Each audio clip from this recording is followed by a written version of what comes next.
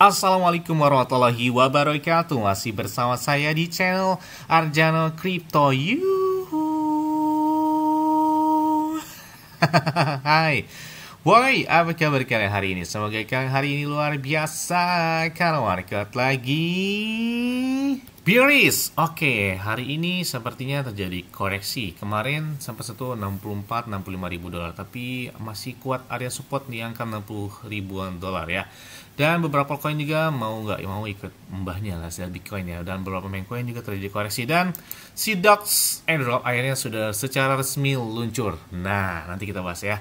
Oke, untuk mendapatkan Apple 15 Pro Max dan beberapa aset kripto seperti Bitcoin, Ethereum, Cardano, Solana, PPC, Dogecoin, Bong, dan banyak lagi airdrop yang kalian bisa dapatkan, cukup kalian lakukan registrasi langsung di link deskripsi video ini. Dan perlu kalian ketahui bahwa Bitkit itu pakai enak banget, apalagi trade-nya itu 0% atau tanpa biaya. Bahkan di saat market lagi bearish aja, di Bitkit ada yang naik hingga puluh bahkan ratusan persen dalam waktu 24 jam terakhirnya.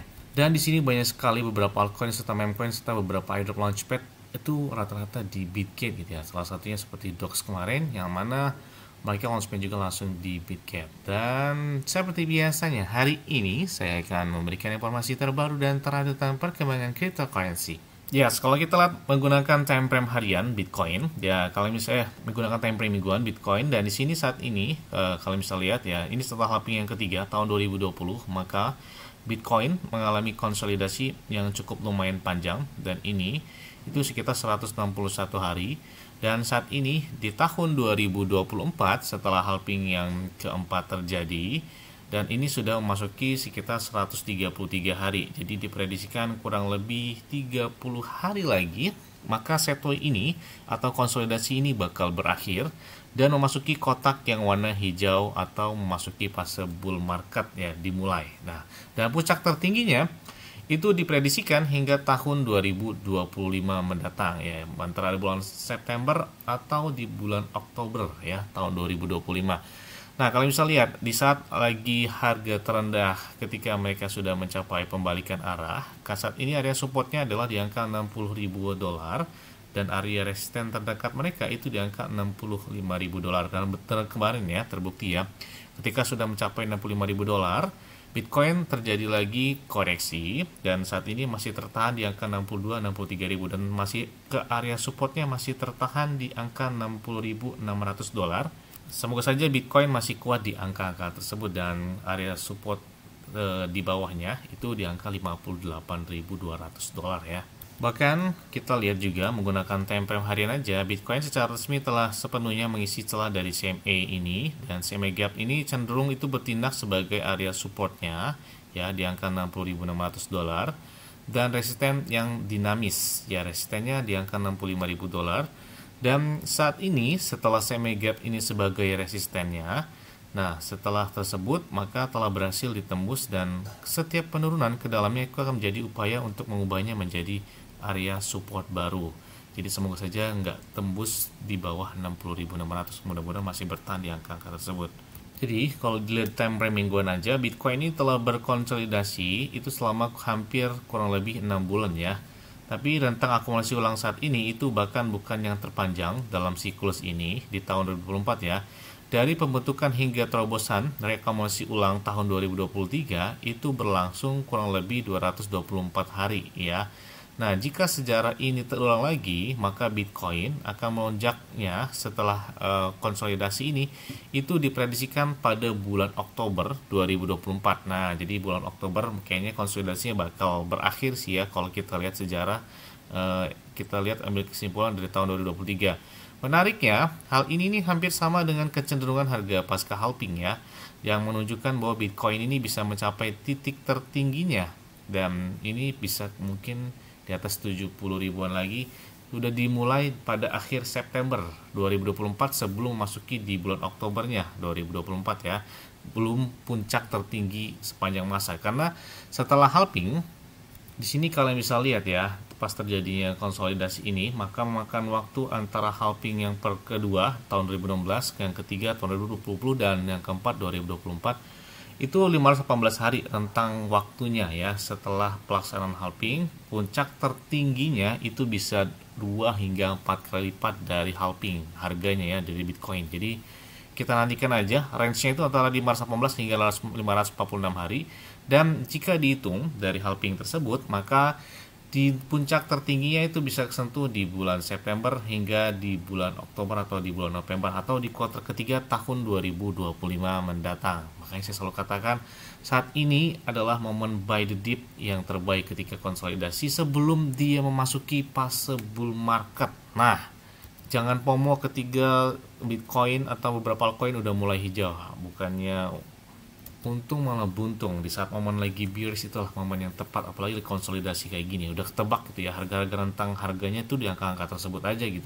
Nah, selanjutnya datang dari Korea Selatan. Waduh, ini kayaknya arah-arahnya mau ke ETF spot juga nih. Jadi penerbit atau penerus atau pendiri dari ETF Hong Kong, mereka meminta Korea Selatan untuk menyetujui Bitcoin ETF spot. Apakah terjadi di tahun ini? Kita lihat aja nih. Bahkan ada kejutan 2 miliar dolar aset di ETF spot Hong Kong tersebut. Apakah arahnya ke Tiongkok? Kita tunggu aja. Ya, selain itu juga Bitcoin Amsterdam, yang mana ini hanya kurang lebih 4 hari lagi lah ya. Ini bakal terlaksana Bitcoin Amsterdam ini. Jadi kalian bisa bergabung dengan mereka bulan Oktober untuk mengikuti forum 2 hari tentang masa depan Bitcoin global ya. Kalian bisa lihat bahwa mereka bakal melaksanakan Bitcoin Amsterdam, yang mana ini bakal dilaksanakan di bulan Oktober mendatang. Selain itu juga datang dari negara Rusia, bahwa Rusia akan menggunakan nasional sistem kartu pembayaran ke pertukaran antara mata uang rubel dan kripto ya pada 1 September 2024.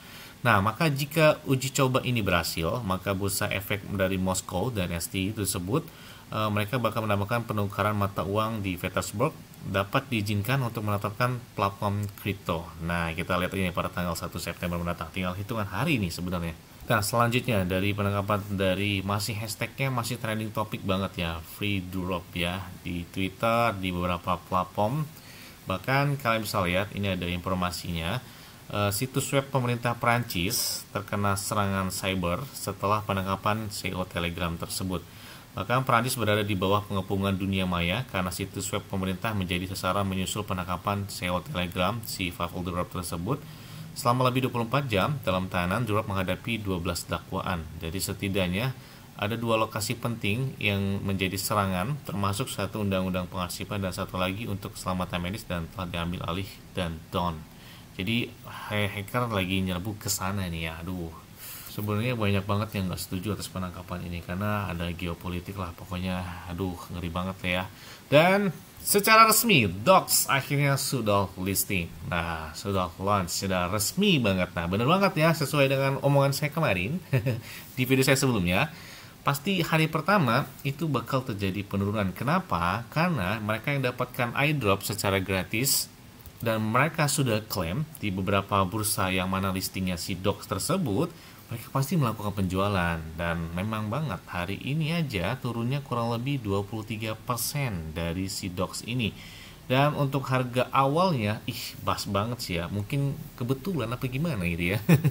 Di video ini saya menyatakan dari hari kemarin sampai hari kemarinnya lagi, saya menyatakan bahwa harga si Dox itu bakal mulai itu di angka 0,0014 dolar dan tertingginya itu 0,0018 dolar. Karena kita lihat market cap ya, kemarin saya pas ngitung dari 1 miliar dolar hingga 800 juta dolar. Jadi 800 juta dolar hingga 1 miliar dolar untuk market capnya. Dan saat ini market cap dari si Dox sendiri itu 1,83 miliar dolar.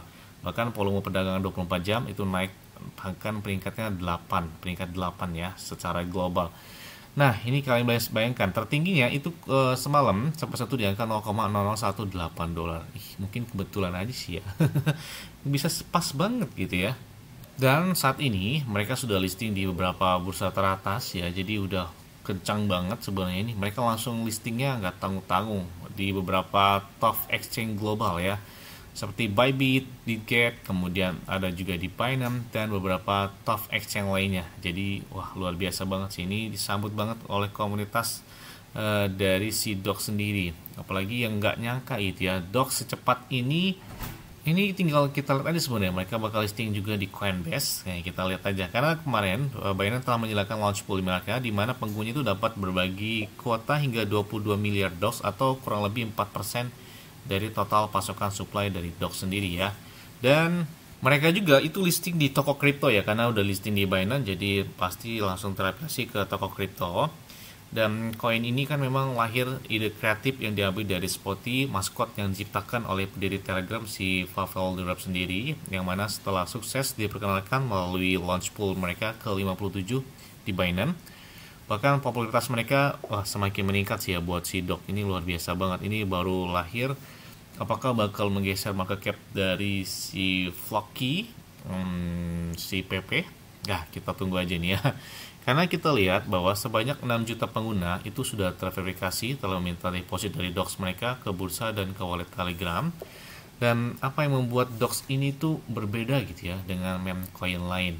Ya, jadi meme coin ini, si DOX ini kan lahirnya itu di Ton blockchain dan dirancang untuk memberi penghargaan kepada pengguna Telegram yang paling setia dan aktif. Bahkan para pengguna lama itu dapat menikmati beberapa fitur tambahan, termasuk kemampuan untuk membuat dan bahkan melakukan perdagangan dengan beberapa stiker meme secara on-chain ya, serta beberapa konten yang dapat di customisasi. Bahkan dengan total pasokan yang kurang lebih itu, pasokan DOX itu 555 miliar ya, 550 miliar DOX. 81,5% diantaranya itu dialokasikan untuk komunitas. Dari jumlah tersebut, maka 73% itu ditujukan untuk pengguna Telegram yang lama, sementara sisanya itu akan didistribusikan kepada para pedagang dan anggota komunitas di masa yang akan datang. Jadi untuk beberapa trade itu sudah mereka bagi ya. Menarik banget sih ya, DOX pertumbuhannya cepat banget ya. Jadi sudah listing di beberapa ceks besar, termasuk ya salah satu cek terbesar di Indonesia, dan toko kripto pun sudah melistingkan dari si DOX ini. Jadi kemarin bertepatan atau semalam bertepatan peluncurannya secara resmi.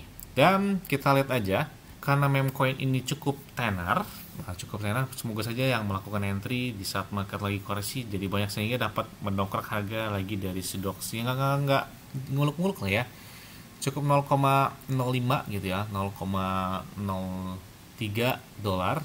Kayaknya kencang nih buat si DOX ya. Kita tunggu aja. Yes.